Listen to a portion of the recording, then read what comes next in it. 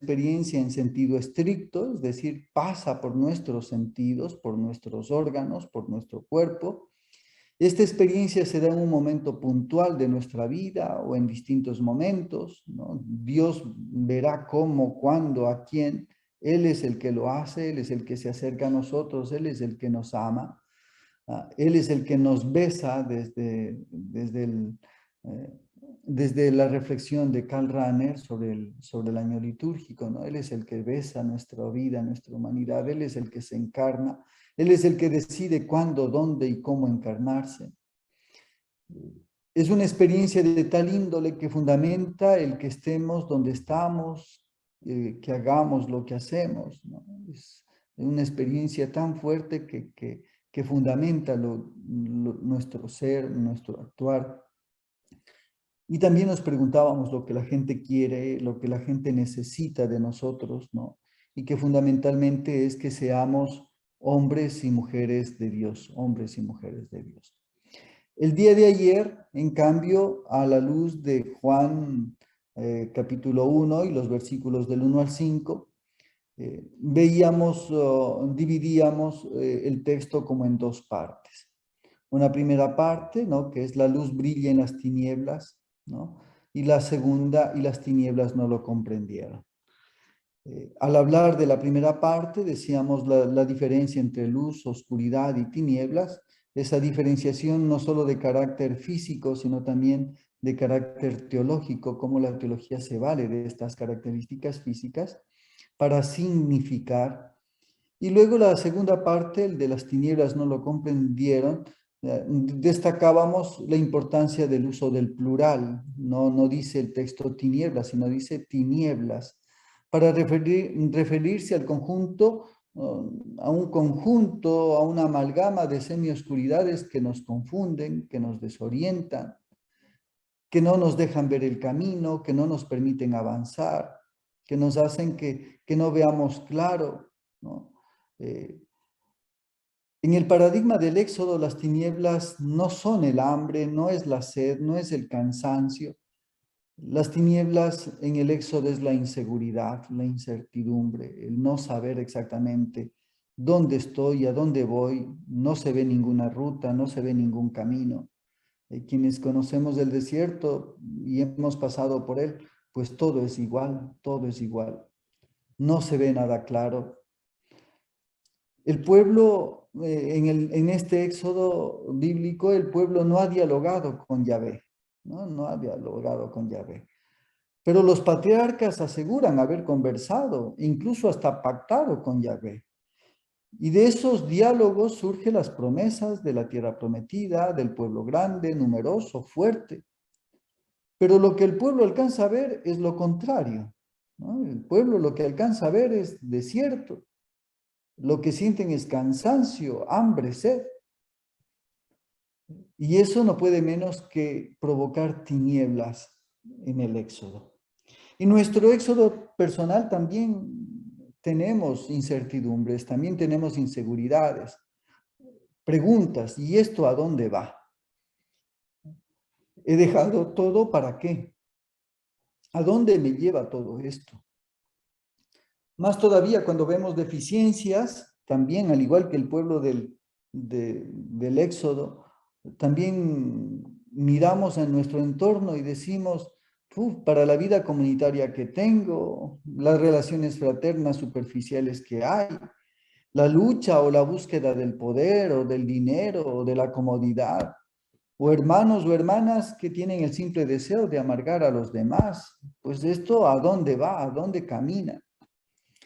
Y quisiéramos ver la propuesta de Dios concreta para mi vida, como el proyecto de Dios, ¿no? Algo que la teología de la Iglesia durante muchos tiempos ha sostenido, ¿no? Descubre el proyecto de Dios, descubre el plan de Dios, ¿no? Y para eso se nos ha propuesto incluso figuras bíblicas como Abraham, Moisés, Samuel, David, Elías, Amós, Oseas, Jeremías, Isaías, la Virgen María, los apóstoles y hasta los santos, ¿no? Y como para justificar una vocación. Pero al pasar el tiempo nos damos cuenta que no somos ni Abraham, ni Moisés, ni Samuel, ni David, ni Elías, ni la Virgen María, ni ninguno de los santos, porque nos encontramos con nuestras propias carnes. Cuando descubrimos que sí, mira, soy capaz de enamorarme de una mujer, mira, soy capaz de enamorarme de un hombre, mira, soy capaz de ambicionar dinero, mira, soy capaz de luchar por el poder y por tener un puesto, mira, soy capaz de lo que sea, ¿no? Ahí es cuando nos encontramos con nuestra propia realidad y necesitamos volver, digo, al Evangelio de Juan, para invertir las dos partes que he presentado. Es decir, primero plantear el problema y luego la solución, porque el texto lo que hace Juan es primero plantear la solución y luego el problema. Acá es invertir primero el problema y luego la solución. ¿Cuál es el problema? Las tinieblas no lo comprendieron. ¿Y cuál es la solución? La luz brilla en las tinieblas. Es decir, en lo práctico, primero contemplar nuestras tinieblas para que éstas sean iluminadas, para que éstas sean amadas, para que éstas sean besadas, para que éstas sean abrazadas por el amor, por la luz. Es decir, volver a abrirnos a las mociones del Espíritu Santo. Tomando algunos argumentos de Rosa Ruiz Aragoneses, misionera claretiana, psicóloga y teóloga también. Ella tiene una frase que a mí me encanta, me gusta y que viene al caso, ¿no? Como consagrados a cualquier edad nos hace bien recordar el gozo y la fuerza transformadora que experimentamos al descubrir a Jesús como alguien real y vivo, que nos atraía profundamente. Quisimos vivir donde y como Él, pero sobre todo quisimos vivir con Él. Y esto nos venía muy bien a propósito del texto del Evangelio de ayer, ¿no? A propósito del texto del Evangelio de ayer. Y bajo este esquema sugerí la actividad que les propuse, ¿no? Y les decía un primer paso, abordar el sustrato humano propio. Ese sustrato sobre el cual se realiza la experiencia de Dios. Mirar, contemplar las propias tinieblas. Y un segundo paso que les propuse, volver a sentir el beso de Dios, ¿sí? Volver a sentir esa presencia de Dios. Tomaba yo el texto del Papa Francisco de Alegraos, ¿no? La palabra de Jesús en la última cena cuando dice, no son ustedes los que me han elegido, soy yo quien los ha elegido. Y recordamos que la vocación es siempre iniciativa de Dios. Él es el que nos ha jaloneado a donde estamos. Él es el que nos ha dado esta vocación. Él es el que nos tiene donde estamos. Los besos que hoy siento o puedo sentir de Dios en mi vida hoy en mi vocación. Y esa era la invitación, que usted vuelva a sentir el beso de Dios en su vida, el beso de Dios en su vocación. Aunque su corazón esté un poquito partido por allí o por allá o más allá, pero que usted vuelva a sentir como su corazón vuelve nuevamente a vibrar con ese amor primero, con ese amor que le conquistó. Llevar, y por eso la tarea de llevar la vela encendida durante el día, tenía como esas finalidades que ustedes, las hermanas que han intervenido, pues las han presentado, pues muy, para mí, muy, de un modo muy gráfico, ¿no? Encontrar sentido en el amor de Dios, no solamente en mi vida, sino en la de la comunidad, como la comunidad también alimenta mi experiencia de Dios, abriga, calienta mi experiencia de Dios. Y como esta experiencia de Dios me acompaña incluso en esos momentos más íntimos, personales, ¿no? Que es el sueño, que es el dormir, que es el estar donde yo esté, ¿no? Bueno, vamos pues con con este material que hemos tenido en estos 2 días, entramos a este tercer día, que yo lo titulo La experiencia de Dios, amor, comunión. La experiencia de Dios, amor comunión. Amor comunión lo coloco sin guión, sino porque para mí como que amor comunión es una sola experiencia. Y le explico. La experiencia del amor hace que abra el corazón. Cuando una mujer se enamora, ¿sí? Es fácil darse cuenta, es fácil darse cuenta. Yo me doy cuenta clarísimo dentro de un grupo de jóvenes o de mujeres cuando una mujer está enamorada. Y uno se da cuenta por algunos signos, y entre ellos son los ojos. Los ojos brillan, ¿no? Los ojos brillan. Los ojos a una mujer enamorada le brillan. Y le brillan cuando mira al amado, cuando escucha el nombre del amado, cuando percibe la presencia del amado. El que los ojos brillan es signo de vida. Cuando los ojos se secan, cuando los ojos no tienen humedad, por lo tanto dejan de brillar, pierden vida. En cambio, el amor misteriosamente provoca que los ojos brillen. Por eso decía, el amor pasa también por los sentidos, ¿no? Y hablar de Dios es hablar también de una experiencia de amor que hace que yo no pueda menos también que humedecer mis ojos ante el amado, ante eso que es el amor. El amor puro y maduro hace también que se liberen tensiones, ¿sí? Un amor maduro hace que uno se sienta tranquilo, sereno, que intente disfrutar de él. No me pone nervioso, no me pone tenso, ¿sí? El amor maduro no oculta nada. No tiene por qué estar oculto, tapado, mentido. No hay nada que ocultar. El amor maduro no requiere ser ocultado. Al contrario, el amor maduro se expresa, se libera, se manifiesta. Yo quiero pedir disculpas que no haya usado el hábito en estos días, pero a mi hábito se le cayó hace muy pocas semanas. Estuve dirigiendo, animando unos capítulos provinciales de 2 provincias distintas, de 2 comunidades religiosas. Y en una de las provincias se hizo alguna actividad que mi hábito se quemó.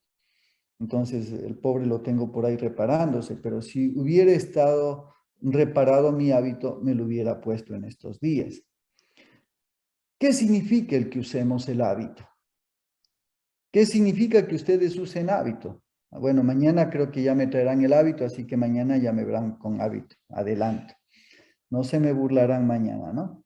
Pero bueno, ¿qué significa el que estemos con hábito? El que ustedes usen hábito. Es un amor que se está expresando, ¿sí? Es un amor que se expresa y que ustedes dicen, no tengo vergüenza de decir que te amo, Dios. Ni tengo vergüenza de decir que soy una mujer amada por Dios. Lo que hablábamos en algún momento del velo. ¿Por qué se usa el velo? Porque estoy entregándole a Dios incluso mi intimidad, mi belleza, la belleza de mi cabellera. A Él estoy entregando eso. A Él entrego mi cuerpo, a Él entrego lo que yo soy.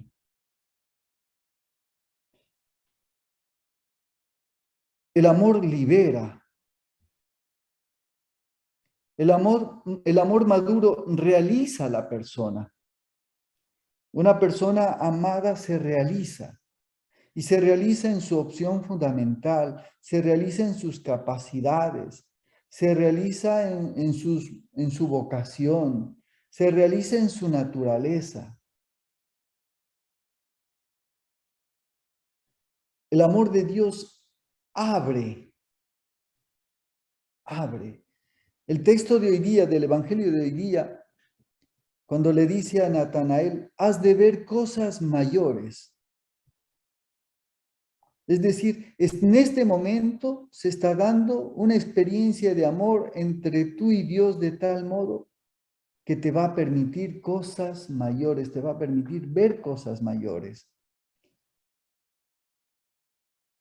Y continúa el texto del Evangelio de hoy día. Yo les aseguro, verán el cielo abierto y a los ángeles de Dios subir y bajar del hombre. Y uno dice, ¿eso vamos a ver? Y es que el amor hace ver cosas imposibles. El amor hace ver lo que los demás no ven. Cuando uno está enamorado, ve lo que los demás no ven. A veces le dicen, ese chico no te conviene, ese chico es feo, ese chico es un bruto, ese chico es un borracho, ese chico es un mujeriego. Y la muy bruta, con ese chico tiene que irse, ¿no? Porque de pronto ella ve lo que los demás no ven. O quiere ver lo que los demás no ven.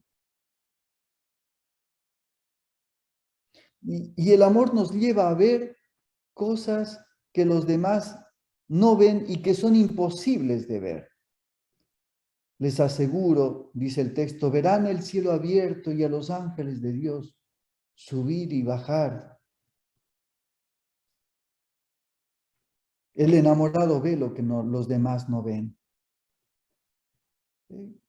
¿Y por qué tú te has hecho religiosa? ¿Por qué te has hecho monjita? ¿Por qué te has hecho capuchino? ¿Por qué te has hecho padrecito?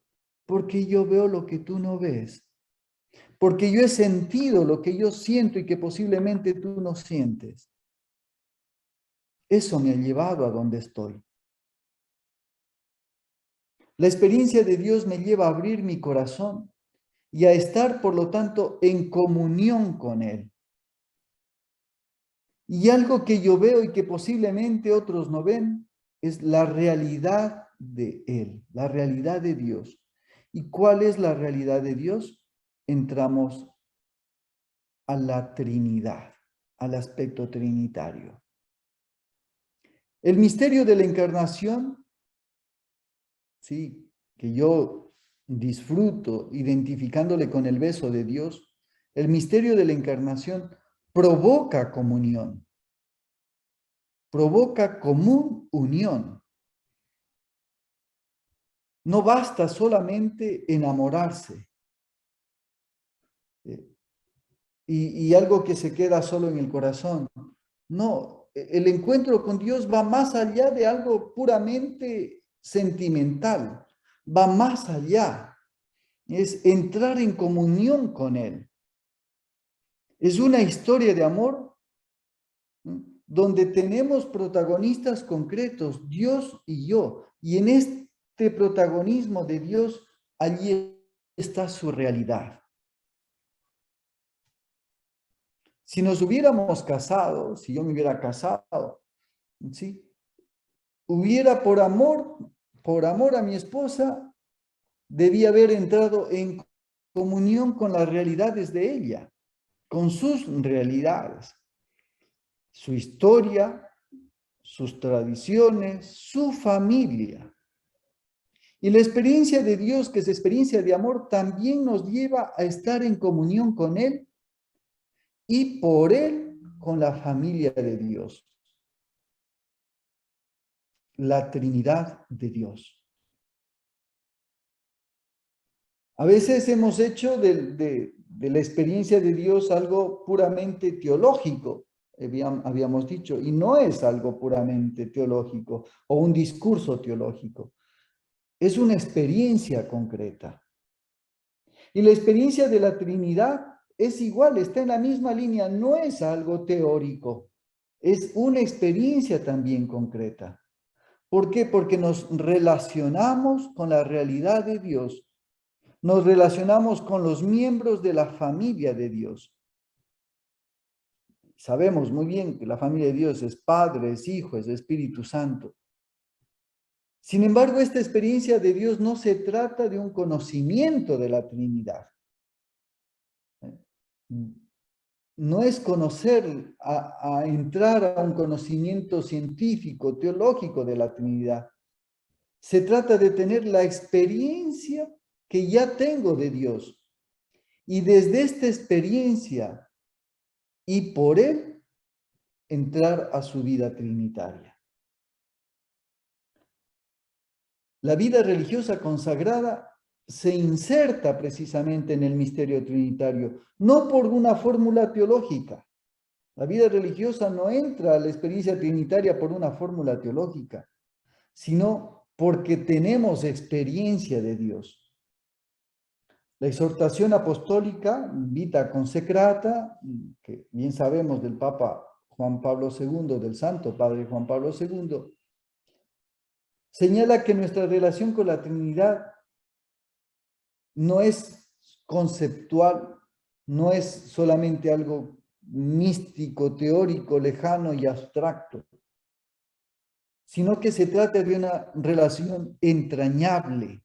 A mí me gustan estos verbos que utiliza la exhortación apostólica. Es una relación entrañable y vital, gozosa, cercana, sorprendentemente dinámica, generadora y referente obligado de toda comunión. Yo tomando estas pequeñas palabras, estas pequeñas líneas, estas pocas frases de la exhortación apostólica, vuelvo a repetir en decir la experiencia de Dios en su realidad trinitaria pasa también por nuestros sentidos, pasa también por nuestro cuerpo, pasa también por nuestra historia real y concreta. ¿Y cómo? Allí quiero entrar a desmenuzar un poquito el cómo. Jesús no nos habló del Padre como una realidad lejana.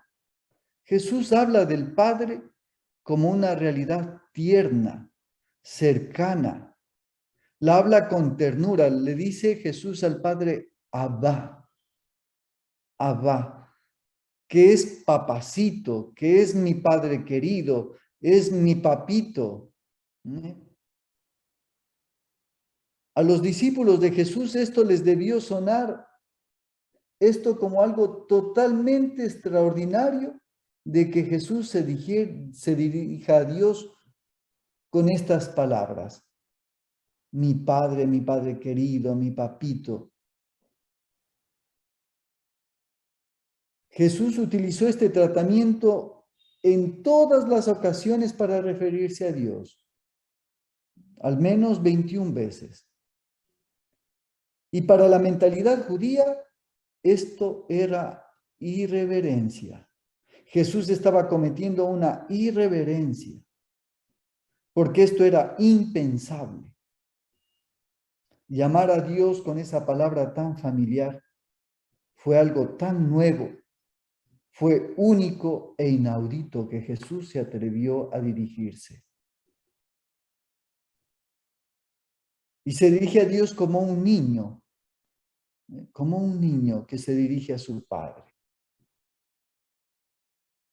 Con simplicidad, con intimidad y con seguridad. Y así actuó y vivió Jesús.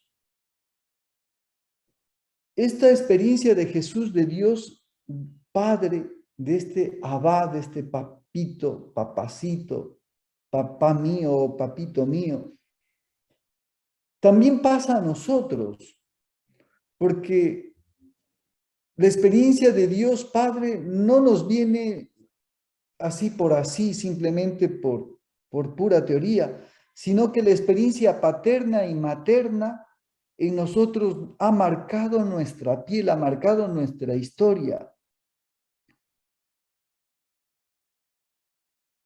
Y nuestra historia familiar también nos ha dejado una imagen de Dios Padre y una imagen de Dios Madre.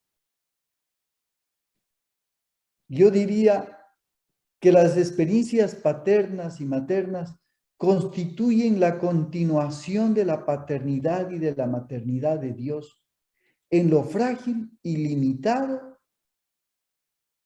de nuestros padres, de nuestras madres y de nosotros como hijos. Un lugar para mí importantísimo de esta experiencia paterna de Dios la tenemos precisamente en nuestra historia familiar. Un poco la invitación también para este día es que ustedes puedan hacer como, yo sé que ustedes han trabajado, yo sé que han trabajado y muchísimo en su historia personal, pero un poquito retomar lo que su padre y su madre le han regalado de Dios Padre. Porque si bien decimos Dios Padre como Padre varón, sin embargo, perdónenme que haya dicho esto o lo diga, pero nadie ha visto el sexo de Dios. Nadie puede decir que Dios es varón, ni nadie puede decir que Dios es mujer. Por lo tanto, este Dios Padre y este Dios Madre se nos ha venido en la historia también a través de esa prolongación que han sido nuestros padres. ¿Cuál es la experiencia de Dios que tengo a través de mis padres? ¿Qué es lo que ellos me han ofrecido? Volver a retomar esto yo sí considero fundamental, porque allí tenemos unos primeros elementos que nos construyen como personas. Y aunque esto, repito, ustedes ya lo tienen trabajado en historia personal, en el trabajo de su historia personal, sin embargo, nunca está por demás el de volver a retomarlo y volver a decir, ¿qué es lo que mis padres me regalan de Dios? De Dios Padre, ¿qué es lo que ellos me han regalado de Él? Sabiendo sus fragilidades, sabiendo sus limitaciones, sabiendo también de sus incoherencias, pero algo me han regalado de Dios.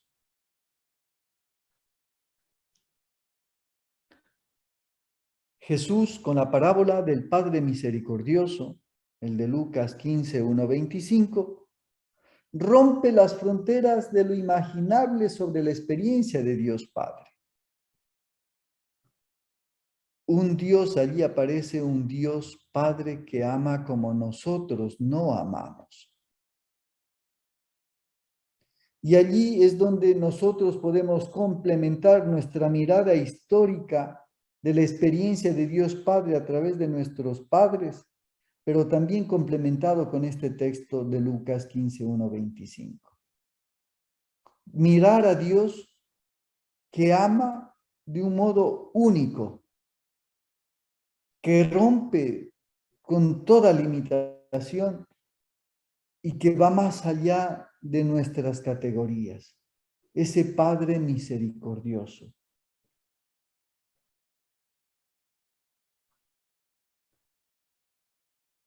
Jesús es revelado como el totalmente Hijo muy amado en quien me complazco. Así aparece en los evangelios. Y seguir con la mirada y el corazón, los evangelios nos llevan a mirar a Jesús como el Hijo siempre fiel y obediente al Padre, incluso a la muerte. Pero aunque aparece este Jesús fiel y obediente incluso hasta la muerte, aparece también como absolutamente libre. Un Jesús libre. Y por eso es capaz de plantar su tienda en medio de nosotros. Lo dice Juan también en el mismo capítulo 1, pero ya en el versículo 14. Planta su tienda en medio de nosotros para redimirnos. Y nos redime no desde un paternalismo distante, teórico. Jesús no nos redime como un Papá Noel que viene a regalar cosas, sino desde una solidaridad comprometida. Jesús es solidario, se compromete, pone sus manos al fuego por nosotros. Él es el buen samaritano para todos los hombres y las mujeres, para todos quienes son golpeados por la marginación, la insolidaridad, la violencia, el odio. Jesús se compromete al punto de que enciende la esperanza, que enseña el amor y la solidaridad, que proclama la dignidad del hombre y la liberación total. Ese es el Hijo. Contemplar a los evangelios es quedarnos con esa mirada puesta en este Jesús que viene y que acampa en medio de nosotros. Es imposible que nuestro ser, nuestro cuerpo, no pueda reaccionar ante la mirada de Jesús. Contemplar los evangelios nos lleva a sabernos conocidos y amados por Jesús. Conocidos como por ejemplo en el evangelio de hoy día, que Jesús da a entender a Natanael de conocerlo incluso más de lo que Natanael se conoce a sí mismo. Debajo de la higuera. La experiencia de Dios que tiene Natanael es conocida por Jesús. Jesús conoce hasta lo más profundo e íntimo de Natanael. Y las palabras de Jesús nos llegan también al profundo de nuestro ser, porque sabemos que es Dios, porque sabemos que es el beso de Dios, que en Jesús Dios nos está amando. Que la muerte de Jesús está para darnos vida, que la resurrección de Jesús es nuestra resurrección. Eso no puede menos que mover también nuestro corazón y nuestra sensibilidad. Eso nos lleva también a dejarnos llevar por ese amor.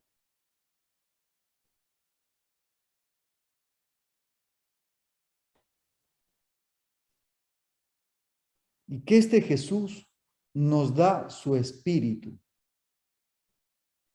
Es decir, nos deja su amor, nos da su amor, para que desde ese amor podamos amar a los demás. Ese amor que es absolutamente distinto al de cualquier otro amor común y corriente.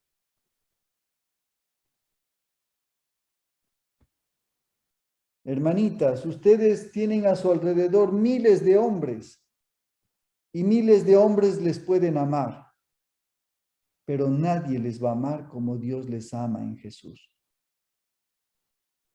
Yo puedo estar rodeado de miles de mujeres y nadie me va a amar como me ama Jesús.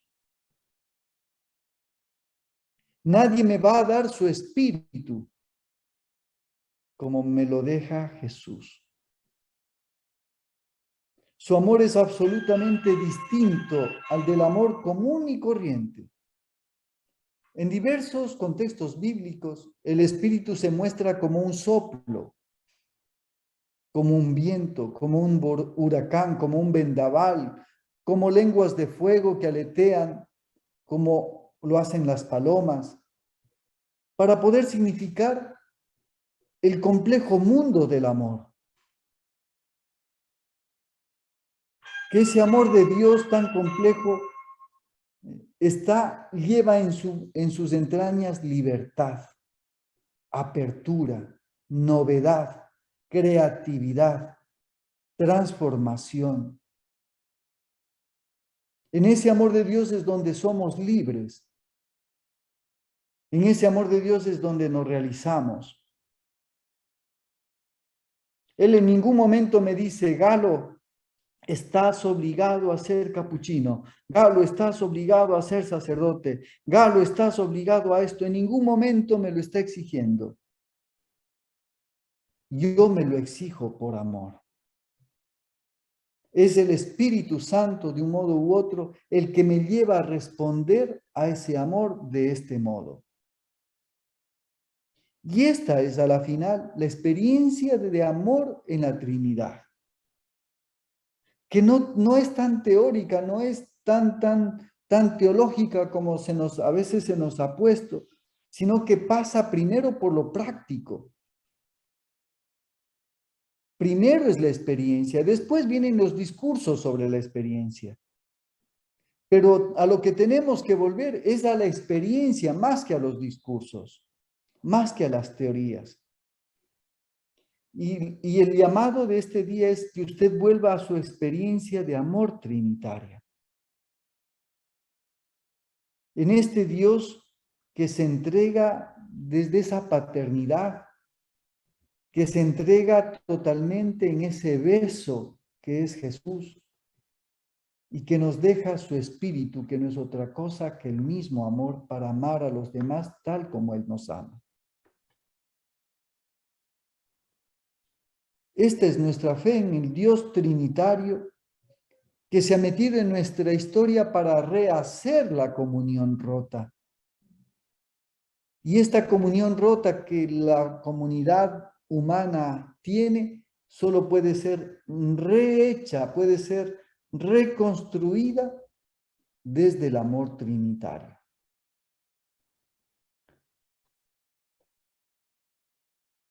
La experiencia trinitaria, diríamos, por lo tanto, se realiza con cada una de las tres personas de la Trinidad. Es decir, se realiza desde la diferencia de las tres personas, no en la uniformidad. Cada persona es distinta y actúa distintamente. El Padre como origen sin origen, que envía al Hijo. El Hijo como el que eternamente conoce y ama al Padre, que se encarna, que muere y resucita para la salvación. Y el Espíritu como el vínculo del amor entre ambos. Sobre la experiencia trinitaria, San Ireneo dice: el Hijo y el Espíritu constituyen las dos manos por las cuales nos toca el Padre. Fíjense, para mí es bonito estas palabras de San Ireneo. El Hijo y el Espíritu constituyen las dos manos por las cuales nos toca el Padre. Nos abraza y nos moldea cada vez más a su imagen y semejanza. El Hijo y el Espíritu Santo han sido enviados al mundo para morar entre nosotros e insertarnos en la comunión trinitaria.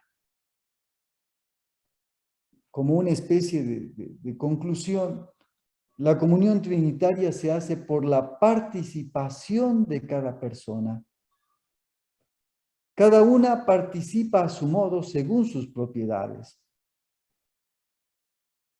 Sin comunión no hay participación.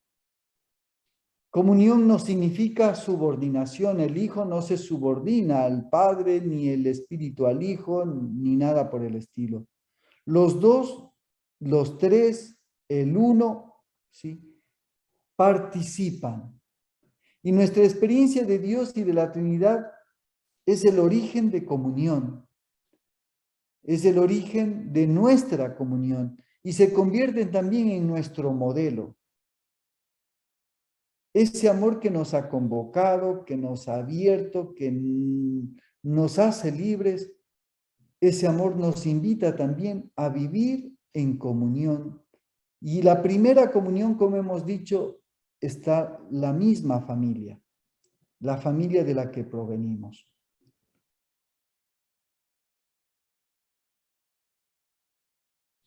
Tres personas distintas, no para ser separadas, sino para unirse, para entregarse unas a otras. La comunión es también una realidad. La comunión no es un concepto. La comunión es algo que se realiza y se realiza a través del ejercicio del amor. Si no hay amor, si no hay experiencia de amor, no puede haber experiencia de comunidad. Tal como la familia trinitaria es fundamentalmente experiencia de amor de Dios al interno de Él y nosotros también. El ser impactados por su amor, no podemos menos que buscar también vivir en comunión. Y se realiza en lo más profundo de nosotros. Y se realiza aún en medio de las diferencias. Hay una profesión de fe muy antigua, trinitaria del siglo V y del siglo VI,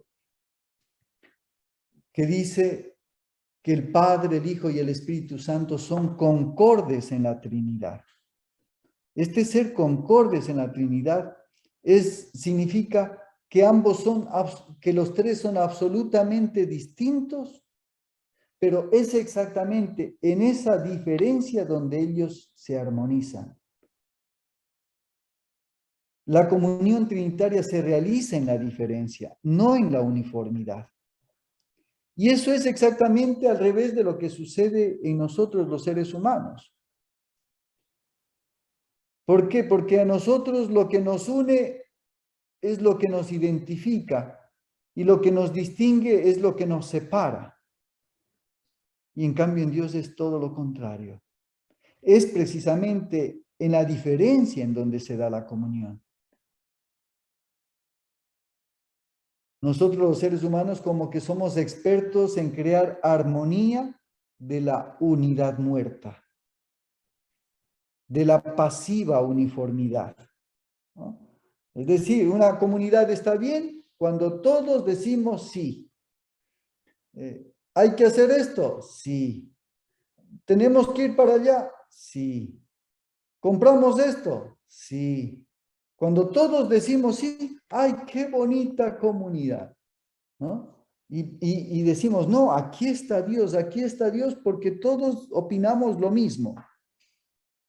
Cuando de pronto la perfecta comunidad es donde está la Trinidad, y la Trinidad en sus diferencias.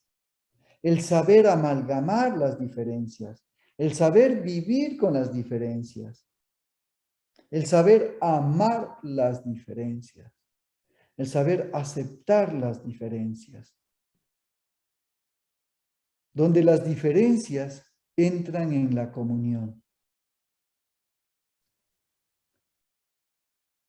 Hablar del amor trinitario nos habla de un amor de un Dios que es Padre generoso, donde un Hijo se entrega generosamente y donde el Espíritu Santo se distribuye también generosamente, donde Dios se da todo plenamente, sin reserva. Y no se trata de una corazonada, de un sentimiento, de una emoción, sino de un amor que lo asegura el mismo Jesús. Jesús nos muestra ese amor generoso. Es un amor que está en el mismo corazón de Dios. Y aquí viene otra característica de este amor trinitario, que es totalmente fecundo, que es generador y creador de todo lo que existe. Este Dios que lo ha creado absolutamente todo. Es un amor que se crea y se recrea. En la Trinidad no hay manipulación, no se manipulan entre ellos, ni dominación, ni superioridad, ni condescendencia. Simplemente se ama y ese amor por sí mismo se hace fecundo. ¿Cuál es la fecundidad de la vida religiosa consagrada? Y uno puede decir, no, es que los religiosos, como no nos casamos, como no tenemos hijos, no somos fecundos. Al contrario. El hecho de que usted, hermanita, siendo joven, simpática, guapísima, atractiva y sexy, se haya entregado a Dios, precisamente allí está la fecundidad. ¿Por qué? Porque lo que usted viva con Dios y lo que usted de Dios entregue a los demás, allí está siendo fecunda. Y a veces la fecundidad ni siquiera está en los productos. A veces decimos, yo estoy de rector de la universidad de no sé dónde y tenemos tantos alumnos, tantos profesores, tantas facultades y soy rectora de no sé dónde y las cosas buenas que he hecho y que voy a hacer. La fecundidad no está allí. Allí está parte de nuestra fecundidad. Pero la fecundidad ni siquiera está en los frutos. Porque uno dice, ¿y cuál es la fecundidad de Jesús? Jesús hizo hospitales, Jesús hizo colegios, unidades educativas, Jesús hizo carreteras y Jesús, ¿qué obras hizo Jesús? Total, lo vemos incluso en la cruz a Jesús. La fecundidad está en ese amor que supo entregar. Y ese amor se vuelve fecundo. Y ese amor se vuelve fecundo en cada uno de nosotros, inclusive en los aparentes fracasos, incluso en las aparentes caídas y roturas de nariz que tenemos. Y decimos que este amor trinitario también es un amor eterno, como esa canción de Juan Gabriel, por ahí hay una canción de Juan Gabriel, Amor Eterno, ¿no? Y es eterno porque Dios es eterno. Y nos encontramos ante un Dios intenso. Yo me atrevo a decir que Dios es intenso. ¿Y por qué es intenso? Porque miremos la locura de la creación. Cuántas imágenes, cuántos colores, cuántos seres, cuánta diversidad existe en esta creación. Eso solo lo puede hacer un ser intenso, un ser creativo, un artista a la perfección. Cada criatura, cada color, cada forma, esa eternidad de Dios hace también que esta relación que nosotros tenemos y esta experiencia que tenemos de Dios también se convierta desde la dimensión trinitaria en un amor eterno. Un Dios que no nos cae a piedras por nuestros pecados, como en la mujer adúltera, todo el mundo le cae a piedras y Jesús no, simplemente nos ama. Un Dios que nos ama. Recuerdo ayer una de las intervenciones de una de las hermanitas, ¿no? Que a mí me gustó.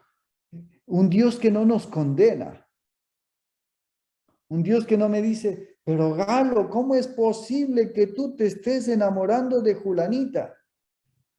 No es un Dios que me condena, al contrario, es un Dios que me ama y que me da la libertad para poderle decir a Dios, sí, renuevo mi amor contigo y renuncio a este amor humano. Que me da la libertad de decirle, estoy contigo, quiero estar contigo, quiero, a la luz del Evangelio de ayer, quiero vivir contigo. Volviendo al texto del Génesis 1, 26, 27, ¿verdad? Del texto de la creación. Dios aparece como comunidad, no es un Dios solitario. Es un Dios que coexiste. Y solo puedo existir cuando yo existo también con Dios y cuando existo con los demás. La soledad, la solitariedad, más que hablar de soledad, la solitariedad me mata, me destruye. Quien se margina se destruye, quien se margina se mata. Quien se priva de las relaciones con los demás y quien se priva de las relaciones de Dios con Dios, camina hacia la muerte. No podemos vivir solos, no podemos vivir aislados. Allí está también la experiencia trinitaria. La experiencia del amor trinitario, de un Dios trinitario, es aquella que nos dice, tú no puedes vivir solo. Necesitas de tu hermano, necesitas de tus hermanos, aunque sean distintos, aunque sean diferentes, aunque piensen de modo distinto.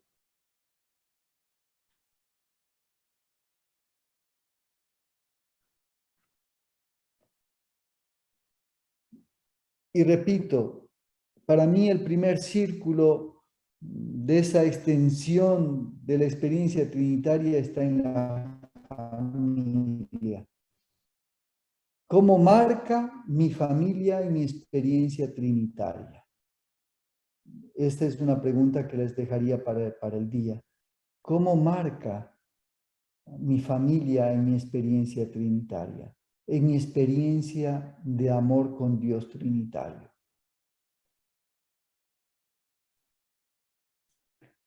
El amor trinitario es tan expresivo que se expresa también en lo tangible, decíamos, en lo visible, en la capacidad del ser humano de asociarse con otros.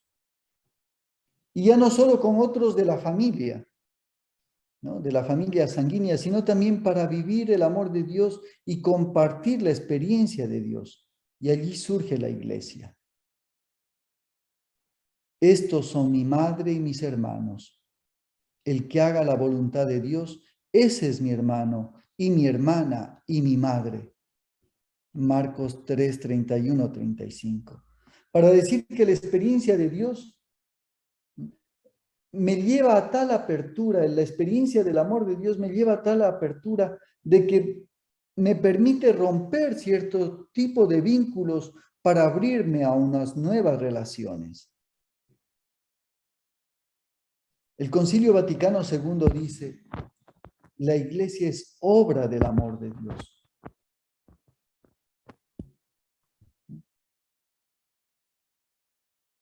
Baste recordar las dos figuras importantes para nosotros, Francisco y Madre Caridad. En la experiencia de Francisco, teniendo la oportunidad de irse por una secta, por otra secta, se queda en la iglesia. Y quiso vivir en la iglesia su experiencia de Dios teniendo otros caminos, teniendo otras posibilidades. Pero la iglesia con sus imperfecciones, porque en el tiempo de Francisco se hablaba de una iglesia muy corrupta, con muchos problemas. Pero aún en las dificultades de la iglesia, Francisco no renuncia a vivir su experiencia de Dios en la iglesia. Quiere allí, en la iglesia, vivir su experiencia de Dios. Ese es el lugar para ser hermano. La experiencia de amor trinitario nos lleva a vivir en la iglesia la experiencia también del amor fraterno.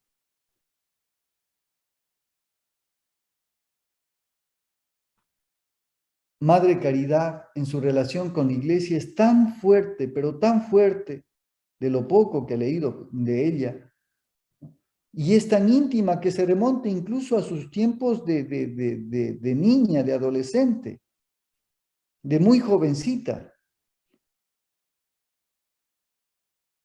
Y siente que en la iglesia ese es el lugar de su experiencia de Dios. Y ese es el lugar donde ella se tiene que realizar como persona y como mujer. Y yo le veo en ella, por ejemplo, una mujer absolutamente respetuosa, con obispos, con sacerdotes.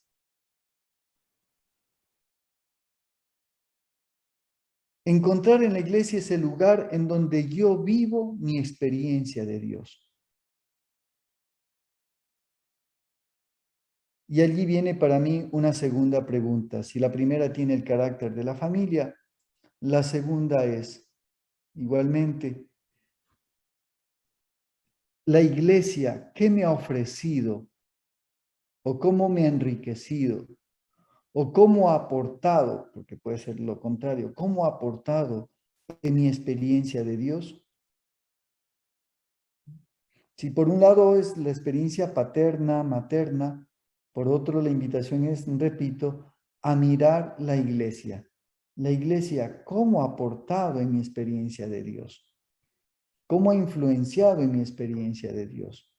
Ese lugar, al igual que Francisco, al igual que Madre Caridad, el lugar donde yo vivo mi experiencia de Dios, me ha regalado algo de la experiencia de Dios. ¿De qué modo está mi relación y mi vinculación con la iglesia? Y no me refiero a no es que yo me llevo bien con el padre tal, con el padre tal, no, no, no. ¿Cómo siente usted esa relación y ese vínculo de experiencia de Dios con la iglesia? Esa experiencia de amor de Dios. Eso dejaría yo ya para este día, ¿no? Para que ustedes puedan, yo creo que tienen material abundante para darle vueltas. Yo quiero simplemente hacer como una pequeña síntesis nada más, rapidita, rapidita. El decir que la experiencia de Dios es tangible, es visible, es algo que se siente y pasa también por el amor trinitario.